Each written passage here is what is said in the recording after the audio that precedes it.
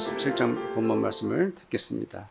37장 1절부터 14절 1209쪽입니다. 저와 성도님들이 37장 1절부터 14절까지 교독을 하겠습니다. 제가 먼저 읽습니다. 여호와께서 권능으로 내게 임재하시고 그의 영으로 나를 데리고 가서 골짜기 가운데 두셨는데 거기 뼈가 가득하더라. 나를 그 뼈 사방으로 지나가게 하시기로 본즉 그 골짜기 지면에 뼈가 심이 많고 아주 말랐더라. 그가 내게 이르시되 인자야 이 뼈들이 능히 살 수 있겠느냐 하시기로 내가 대답하되 주 여호와여 주께서 아시나이다. 이르시되 너는 이 모든 뼈에게 대하여 이르기를 너의 마른 뼈들아 여호와의 말씀을 들을지어다. 주 여호와께서 이 뼈들에게 이같이 말씀하시기를 내가 생기를 너희에게 들어가게 하리니 너희가 살아나리라. 너희 위에 힘줄을 두고 살을 입히고 가죽으로 덮고 너희 속에 생기를 넣으리니 너희가 살아나리라. 또 내가 여호와인 줄 너희가 알리라 하셨다 하라. 이에 내가 명령을 따라 대언하니 대언할 때 소리가 나고 움직이며 이 뼈 저 뼈가 들어맞아 뼈들이 서로 연결되더라. 내가 보니 그 뼈에 힘줄이 생기고 살이 오르며 그 위에 가죽이 덮이나 그 속에 생기는 없더라. 또 내게 이르시되 인자야 너는 생기를 향하여 대언하라.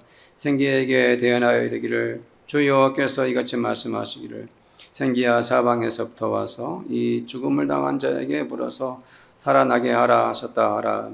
이에 내가 그 명령대로 대언하였더니 생기가 그들에게 들어가며 그들이 곧 살아나서 일어나 서는데 극히 큰 군대더라. 또 내게 이르시되 인자야 이 뼈들은 이스라엘 온 족속이라. 그들이 이르기를 우리의 뼈들이 말랐고 우리의 소망이 없어졌으니 우리는 다 멸절되었다 하느니라.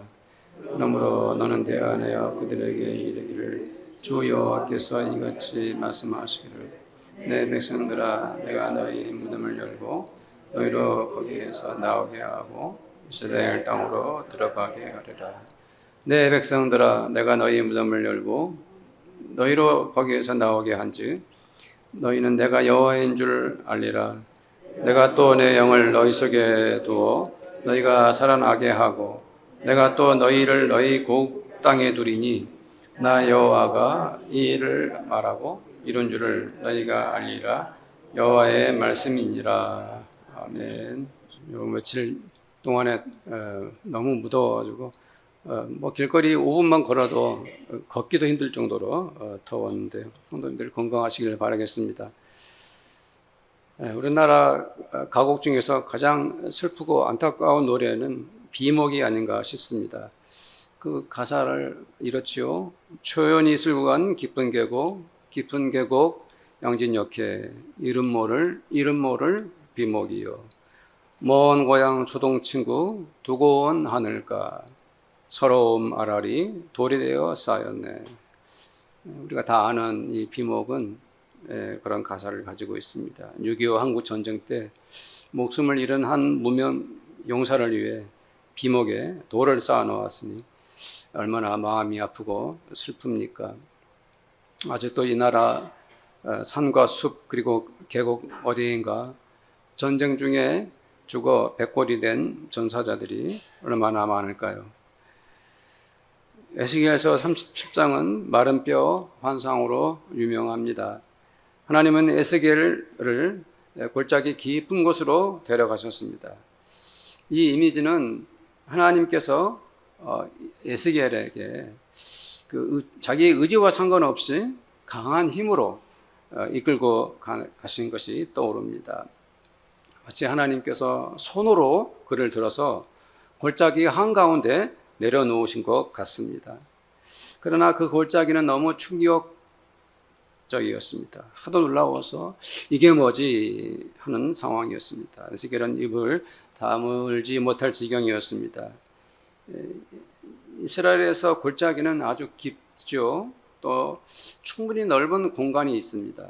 사람들은 그 골짜기를 걸어 다니거나 또 운송수단으로 낙타나 말을 타고 이동도 가능합니다.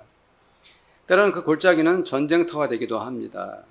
수만 명의 군사들이 그 골짜기에서 부딪혀 싸우는 것이죠.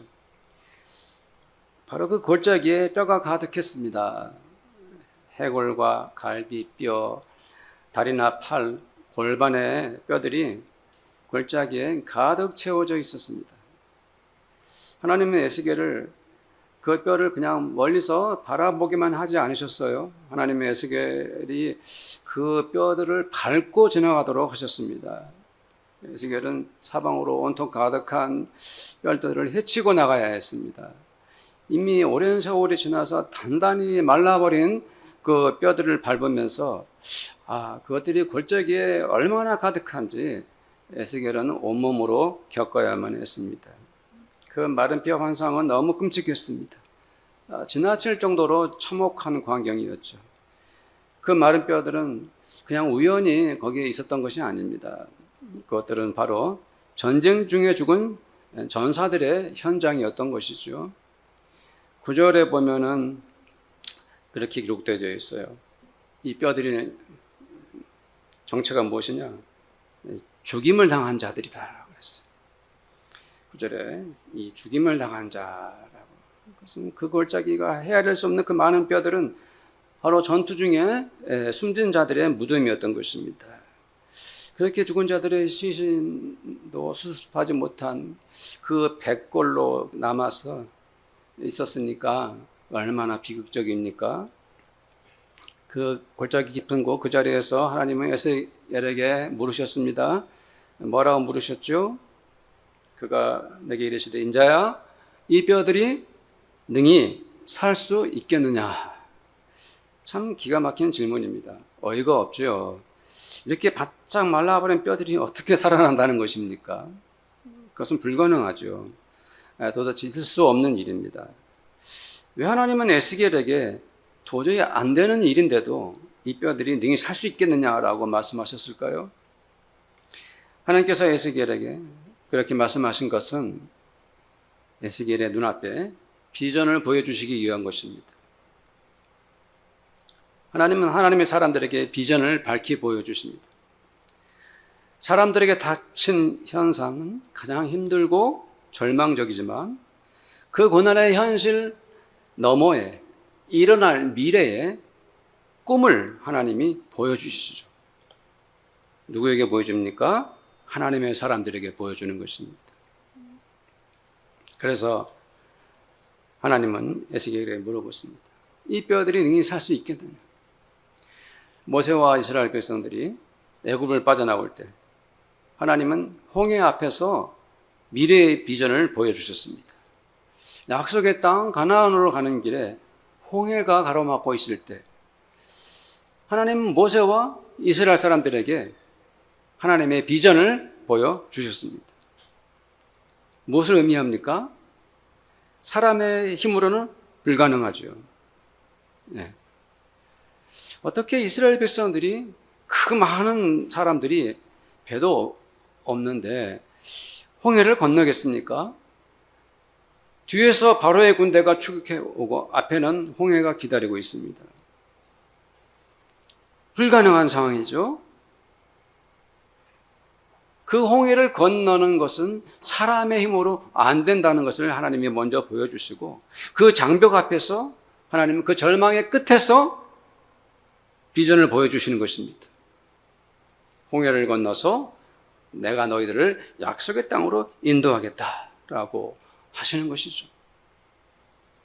하나님의 사람들에게 신앙을 가진 믿는 성도들에게 하나님은 이렇게 극히 어려운 불가능한 상황 속에서 오히려 비전을 주시는 것입니다. 아브라함도 나이가 들어서 아들을 낳을 수가 없었지만 하나님께서 그 불가능한 속에서 그에게 아들을 낳게 할 것이다라고 그의 꿈을 보여주셨죠. 할 수 없는 상황에서 주시는 하나님의 꿈, 비전. 그것이 바로 에스겔에서 오늘 말씀의 핵심 진리인 것입니다. 그래서 에스겔은 하나님께 무엇이라고 말씀드렸습니까?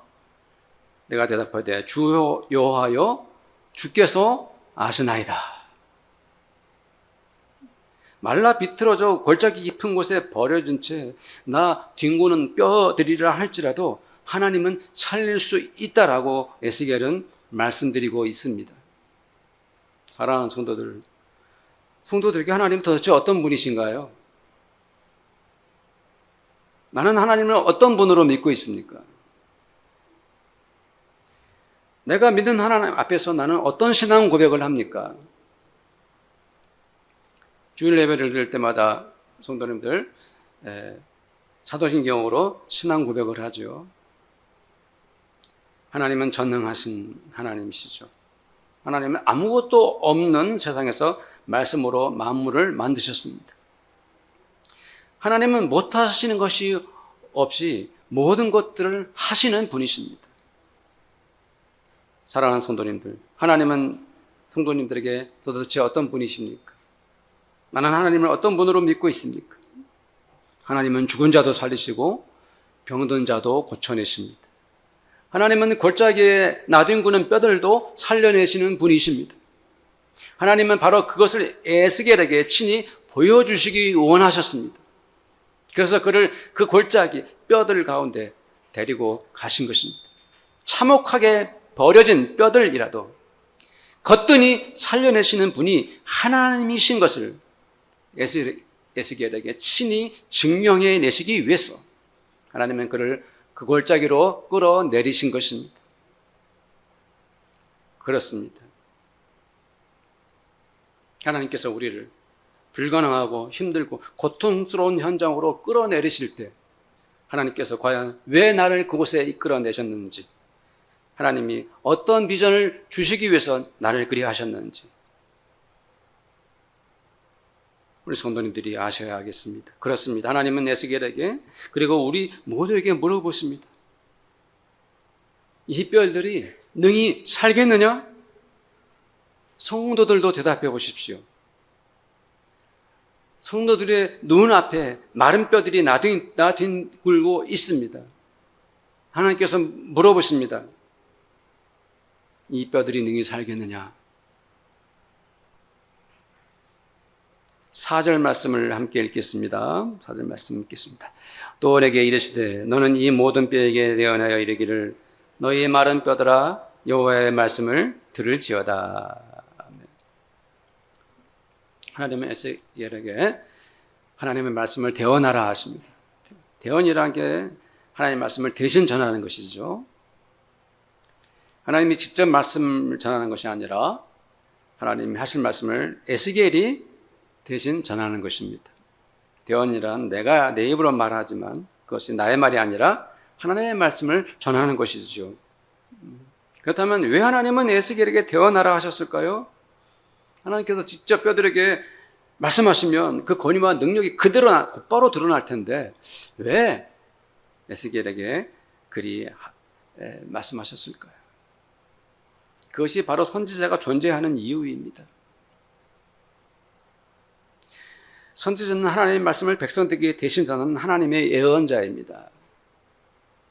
우리가 지난주에 말씀을 나눴던 말씀의 제목을 기억하시죠? 설마 기억 못하시는 분들 아무도 안 계시죠? 지난주에 설교 제목이 뭐였습니까? 제발 말씀해 주세요. 파수꾼. 파수꾼이죠. 하나님의 사람인 선지자들을 통해서 하나님은 사람인 인간인 선지자들을 통해서 하나님의 말씀을 전하게 하시는 것이에요. 사람이 살아가는 삶의 현장에 들어가서 하나님의 말씀을 선지자들은 전하는 것입니다. 그것이 하나님의 목적이에요. 에스겔은 하나님의 말씀대로 순종하면서 뼈들에게 대언을 합니다. 그 장면을 생각해 보십시오. 참 이상도 하죠. 정말이지 너무 우습지요. 살아있는 존재가 아닌 메말라 버린 그 뼈들이 막 온통 흩어져 있는데 그것을 앞에 두고 뼈들에게 말하는 것 자체가 도무지 이해가 안 가는 행동인 것입니다. 그런데도 에스겔은 하나님의 말씀을 뼈들에게 선포합니다. 성도님들 어떻습니까? 뼈들에게 하나님의 말씀을 대언하는 에스겔을 보면서 어떤 생각이 듭니까?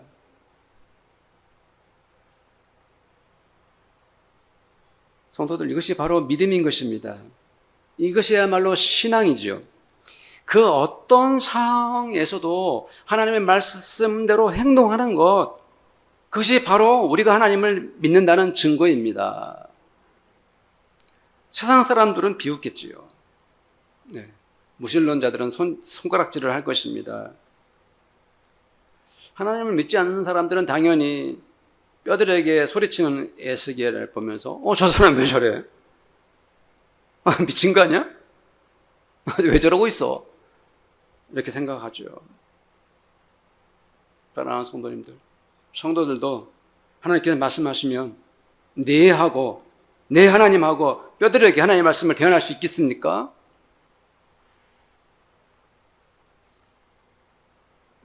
할 수 있겠습니까?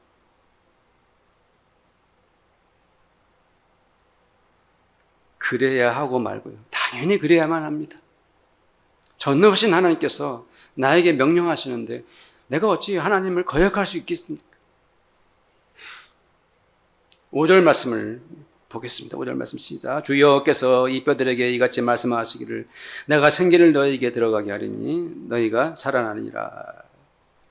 성도님들, 사람은 누구나 소리칠 수는 있습니다.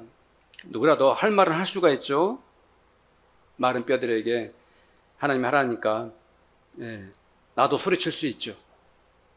그러나 아무리 인간이 소리친다 할지라도 사람은 죽은 뼈를 살려내지 못합니다. 사람은 못해요. 불가능하지요. 그 일을 하시는 분이 누구십니까?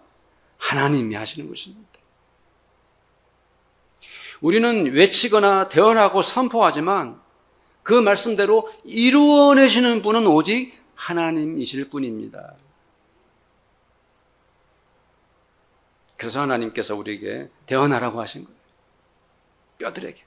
5절에 생기라는 말씀이 있죠. 생기가 무엇일까? 히브리어로 쳐다봤더니 이 생기로 번역된 이 단어는 루아흐, 생기는 루하르인데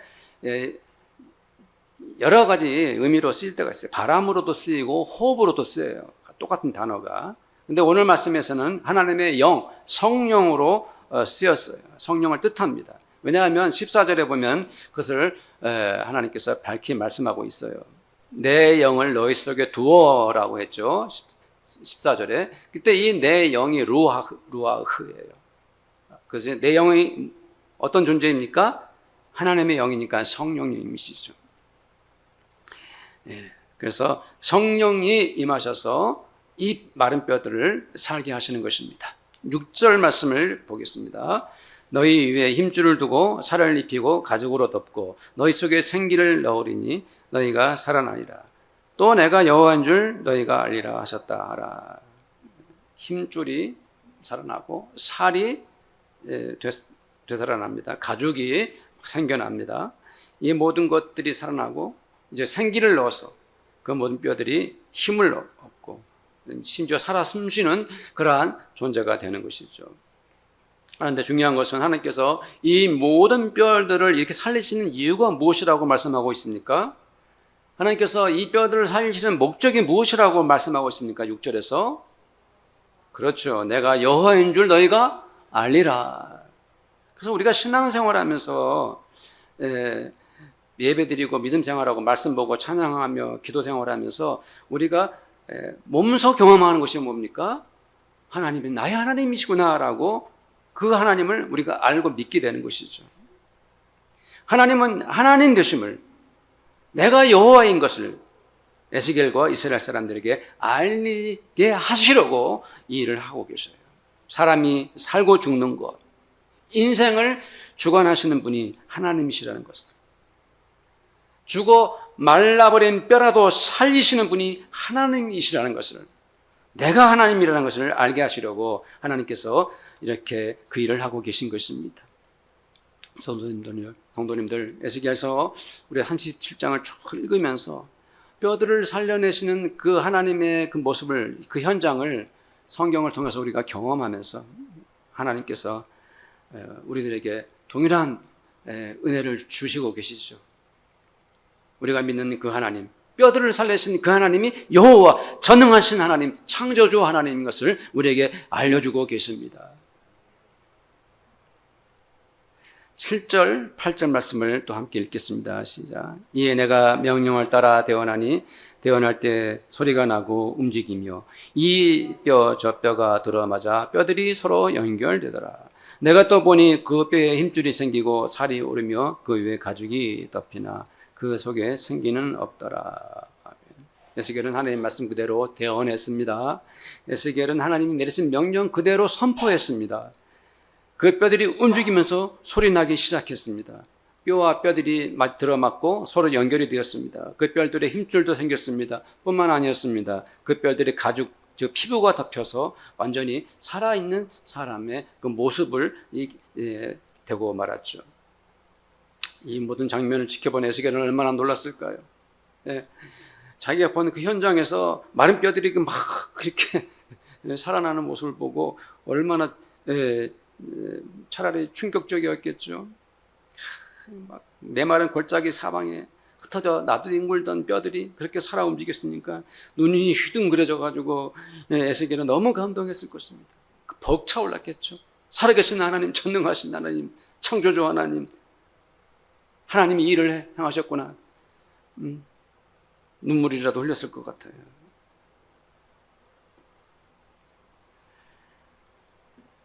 그러나 뼈들이 완전히 살아난 것은 아니었습니다. 겉모습은 완전했지만 아직 생기가 없었죠. 생기가 없었다는 것은 무엇을 의미합니까? 피가 통하고 살아 숨쉬는 존재가 아직 아니라는 뜻이에요.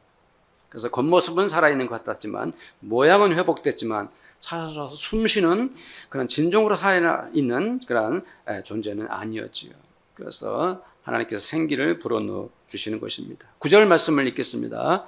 또 내게 이르시되 인자야 너는 생기를 향하여 대언하라. 생기에게 대언하여 이르기를 주 여호와께서 이같이 말씀하시기를 생기야 사방에서부터 와서 이 죽음을 당한 자에게 불어서 살아나게 하라 하셨다 하라. 생기에게 대언하라. 하나님 명령하셨죠. 이제는 생기가 사방에서 불어올 차례입니다. 그런데 여기 9절에서 아까 말씀드렸던 중요한 말씀이 여기에 감춰져 있죠. 뭐라고 기록되어 있습니까? 중요한 말씀이 이 죽음을 당한 자에게 부르라. 이 죽음을 당한 자에게 부르라 그랬어요. 골짜기에 흩어져 넘어져 있던 이 뼈다귀들의 정체를 알려주는 것이죠. 그냥 우연히 존재하는 것이 아니라 바로 살해를 당했던 사람들인 것이죠. 많은 사람이 죽었어요. 전쟁에서 피 흘려 죽은 자들입니다. 한 군대에 수많은 병사들이 몰살을 당했다는 그러한 것을 보여줍니다.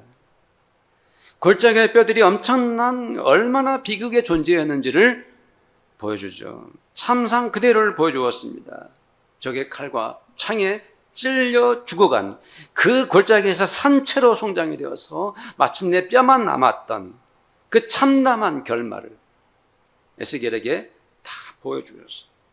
우연한 일이 아니에요. 그런데 그 마른 뼈들, 죽었던 그 마른 뼈들, 생기를 불어넣었다. 생기를. 하나님께서. 하나님의 영이 임하신 거예요. 그래서 10절 말씀을 한번 읽어봅니다. 이에 내가 그 명령대로 대언하였더니 생기가 그들에게 들어가매 그들이 곧 살아나서 일어서는데 극히 큰 군대더라. 젊었을 때는 이 본문을 그냥 무심코 지나갔는데 이제 나중에 나이가 들고 목사가 되면서 이 37장을 이렇게 연구해 봤을 때 이 군대라는 표현 자체도 바로 이 수많은 군대 병사들이 죽었던 그 군사들이 다시 살아나는 큰 군대를 이루고 살아나는 이 놀라운 장면을 보여주고 있습니다. 그 뼈들에게 생기가 들어가자 그들이 다시 살아납니다. 일어서게 됩니다. 중요한 것은 그들의 규모가 지극히 큰 군대가 되었다는 것입니다. 아주 극적인 변화가 일어나죠. 그토록 많은 전사자들이 골짜기에 뼈만 남아서 처참한 현장을 이루었던 곳이 이제는 그들이 다 살아나서 지극히 큰 군대를 이루고 있는 것입니다. 이제 죽음은 한꺼번에 끝이 났습니다. 그리고 순식간에 새로운 생명이 다시 나게 되었습니다. 그토록 슬픔과 비극과 절망으로 치닫던 그들에게 새로운 세상, 기쁨이 도래한 것입니다. 아무런 희망도 없이 오직 절망으로 가득 찼던 그들에게, 이스라엘 사람들에게 이제는 이 엄청난 군대가 하나님의 은혜로 다시 서게 되고 소망을 갖게 된 것입니다. 이것이 하나님의 능력이고 하나님의 사랑이고 하나님의 은혜라는 것을 믿으시길 바랍니다. 11절 말씀을 함께 읽겠습니다. 또 내게 이르시되 인자야 이 뼈들은 이스라엘 온 족속이라. 그들이 이르기를 우리의 뼈들이 말랐고 우리의 소망이 없어졌으니 우리는 다 멸절되었다 하느니라. 아멘. 하나님께서 이 환상을 왜 보여주시는지 밝히 말씀하고 계십니다. 바로 이 뼈들은 누구라고요? 이스라엘 온 백성들이다. 그들은 전쟁에 패하고 나라를 빼앗기고 말았습니다. 그 본토 이스라엘은 적들이 차지하고 백성들은 점령국에 끌려가게 되었습니다. 그들은 바벨론의 정치 세력에 묶여가지고 꼼짝도 못하게 되었습니다. 이스라엘은 전쟁에 패하고 죽은 울자들이 뼈가 되고 골짜기에 매몰되었습니다. 이제 그들에게 더 이상 미래는 없었습니다. 그들은 이제 역사 속에서 사라진 비극의 민족일 뿐이었죠. 그들에겐 지도자도 없습니다. 군사들도 없습니다. 무기도 없습니다. 다시 뭉쳐나갈 가능성 완전히 다 상실하고 말았습니다. 그러나 하나님은 그렇게 비참한 이 민족을 다시 살려낼 비전을 에스겔에게 보여주신 것입니다. 그리고 우리에게 말씀하고 계신 것입니다. 너희들은 결코 절망적이지 않다. 너희들은 결코 다 끝난 것이 아니다. 너희들은 멸절된 것이 아니다. 나 여호와 너희 하나님 내가 너희들을 살려낼 것이다. 이 말씀이 성도님들의 말씀이 되기를 저는 간절히 축복합니다. 12절 13절에서 하나님의 에스겔에게 무덤을 말합니다. 두 번씩 12절 13절에 무덤을 그러면서 뭐라고 말씀하셨습니까? 내가 무덤을 열겠다. 저는 이 말씀을 묵상하다가 죽었던 나사로가 생각이 났어요. 무덤에 장사한 지 나흘이 지나버려가지고 부패된 그 시신을 주님이 살리셨지 않습니까? 그게 떠올랐어요. 자연스럽게 떠올랐어요. 그 장면이 오빠가 죽은 그 비극의 현장에 얼마나 슬프고 더 이상 소망이 없고 마음 아파 울던 그 자리에 인간이 겪을 수 있는 가장 절망적인 순간에 예수님은 나사로를 살리셨습니다. 오직 하나님이신 예수님만이 할 수 있었던 일이죠. 그 사랑과 그 능력은 죽은 자를 살려 부활의 소망을 주셨습니다. 내가 곧 부활이고 생명이다 라고 마리아에게 가르쳐 주었죠. 지난주에도 말씀드렸지만 아무리 우리가 파수꾼이 된다 해도 복음을 받지 않는 세대에 살고 있죠. 어두운 세상에서 살고 있어요. 그래서 기독교인들이 복음 전하는 것을 포기하고 그냥 파수꾼인 것을 아예 망각하고 살아가고 있을 때 하나님 우리에게 파수꾼이 되라고 말씀하지 않았습니까? 죽었던 이스라엘을 살리시는 분이 하나님이십니다. 절망과 죽음의 계곡, 무덤 속에 매몰되어 있던 그들을 소망과 새 생명으로 회복시키는 분, 그분이 오직 하나님이신 것입니다. 이제 이스라엘은 소망이 생겼습니다. 이제 그들은 다시 살아갈 미래를 내다보게 되었습니다. 잃어버린 나라를 회복하고 다시금 이스라엘로 돌아가 새로운 세상을 펼쳐갈 비전을 품게 된 것입니다. 이것을 하나님이 에스겔과 이스라엘 백성들에게 보여주셨습니다. 성도님들 이 말씀을 기억하시죠? 사람으로는 할 수 없으나 하나님으로서는 다 할 수 있느니라. 마태복음 19장 26절에 있는 말씀이에요. 사람으로 할 수 없는 일도 하나님으로서는 다 하실 수 있다는 것을 믿으시길 바랍니다. 사랑하는 성도님들, 지금 우리는 하나님께 집중해야 됩니다. 하나님께 집중하십시오. 성도들 무엇 때문에 힘들어 하십니까? 성도들은 어떤 일이 있어서 마음이 아픕니까? 성도님들 무슨 문제를 해결해야 됩니까? 사랑하는 성도들, 하나님을 만난 에스겔을 보십시오. 그리고 에스겔을 만난 하나님을 보십시오. 하나님은 힘들고 지쳐버린 성도들을 그냥 놔두시지 않으십니다. 성도들이 절망 속에 허덕이는데도 하나님께서 무관심하실 리가 없습니다. 하나님은 성도들을 살리시는 분이십니다. 하나님은 성도들을 회복시켜 주십니다. 하나님은 성도들이 절망에서 소망으로 일어서도록 하시는 분이십니다. 왜냐하면 하나님은 나의 아빠 아버지시니까. 14절에 하나님은 에스겔에 이렇게 말씀하셨습니다. 내가 또 내 영을 너희 속에 두어 너희가 살아나게 하고 내가 또 내 영을 너희 속에 두겠다. 그래서 너희가 살아나게 하겠다라. 하나님은 이스라엘에게 하나님의 영, 성령을 두겠다라고 말씀하십니다. 그렇습니다. 하나님은 성도들에게 하나님의 영, 성령을 두시기 원하십니다. 하나님의 영, 성령이 우리에게 임하시면 우리가 권능을 받습니다. 하나님의 영, 성령이 우리에게 임하시면 우리가 은혜를 받습니다. 하나님의 영, 성령이 우리에게 임하시면 우리의 마음에 사랑이 충만해집니다. 하나님의 영, 성령이 임하시면 우리 마음에 세상에서 누릴 수 없는 기쁨을 경험하게 됩니다. 고린도전서 2장 12절 말씀을 한번 읽으면서 은혜 받기 원합니다. 함께 읽겠습니다. 우리가 세상의 영을 받지 아니하고 오직 하나님으로부터 온 영을 받았으니 이는 우리로 하여금 하나님께서 우리에게 은혜로 주신 것들을 알게 하려 하십니다. 하나님의 영, 성령님이 우리와 함께 계십니다. 성령님이 우리와 계시기 때문에 우리들은 하나님께서 우리에게 어떤 은혜를 주셨는지 깨닫고 알게 되죠. 아, 하나님께서 이렇게 은혜를 주셨구나. 이렇게 감사할 일이 또 있을까? 성령께서 우리에게 감동을 주시고 성령께서 우리의 마음을 밝혀주셔가지고 아, 하나님께서 우리에게 은혜를 주고 계시는구나. 그것을 알게 하시는 분이 성령님이시라는 것을 믿으시길 바랍니다. 사랑하는 성도님들, 하나님께서 그 손을 들어 에스겔을 뼈들로 가득한 골짜기로 이끌어 가셨습니다. 너 이리 와라. 그리고 그 가운데 한가운데 세워주셨습니다.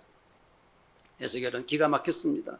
이 비참한 이 뼈들을 보면서 지금도 힘들고 고통스러운데 하나님 왜 나를 이곳에 내려놓으셨습니까? 라고 괴로워하고 있을 때 도저히 살아날 수 없는 그 뼈들을 노골적으로 하나님 보여주시면서 도저히 회복 불가능한 이스라엘의 현실을 빠짐없이 온전히 드러내시면서 에스겔에게 다시 그 절망감을 줍니다. 그러나 하나님께서 말씀하십니다. 에스겔아, 이 뼈들이 능히 살 수 있겠느냐?